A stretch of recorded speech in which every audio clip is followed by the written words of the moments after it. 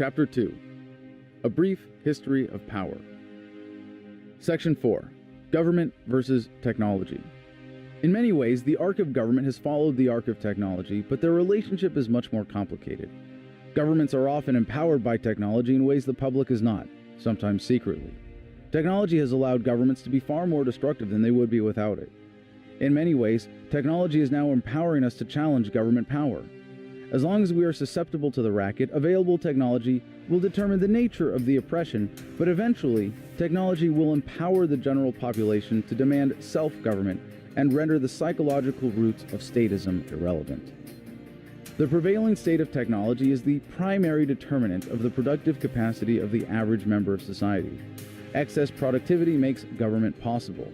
The development of agriculture suggested a racket centered around various forms of tenant farming. The development of industry created a much more regimented and coordinated economy that suggested taxing income.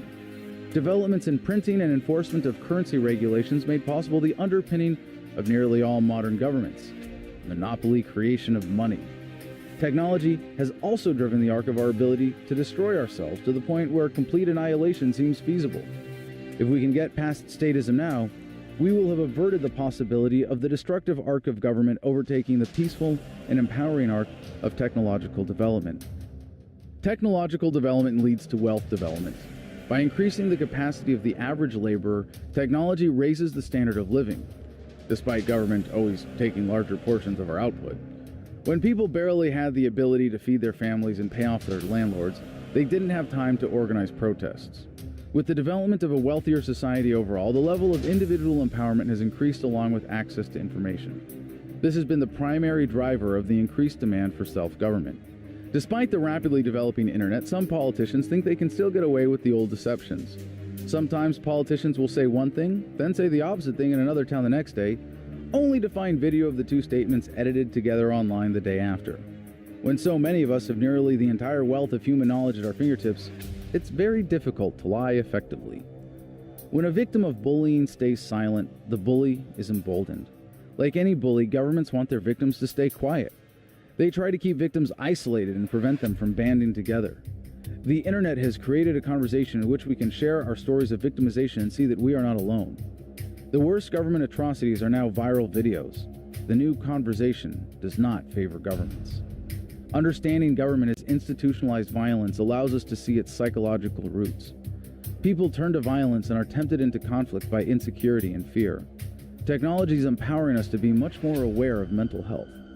One might argue that mental health is historically low because of current governments, but even if that is true, lower rates of interpersonal violence would suggest a much more empowered society. In the long run, technology will empower connectedness, harmony, and cooperation much more than governments. Because governments depend on an enforcement class to do violence against people who are acting peacefully, the ability to limit and control information that gets to the enforcement class is very important. The general abundance of communication technology makes that much more difficult. It is easy to convince a soldier to kill someone if he can be convinced his victim is somehow less than human. It is much more difficult if they can video chat online. Technology is making it more difficult for governments to isolate people. Before the internet, governments could control cutting-edge communication technology effectively. Many desperate governments limit access to the internet or apply targeted censorship, but this marks the beginning of the end of the racket. As the internet continues to become more widely available, it will become much more difficult to deceive people. Able to connect like never before, we are already developing the relationships that will render government obsolete.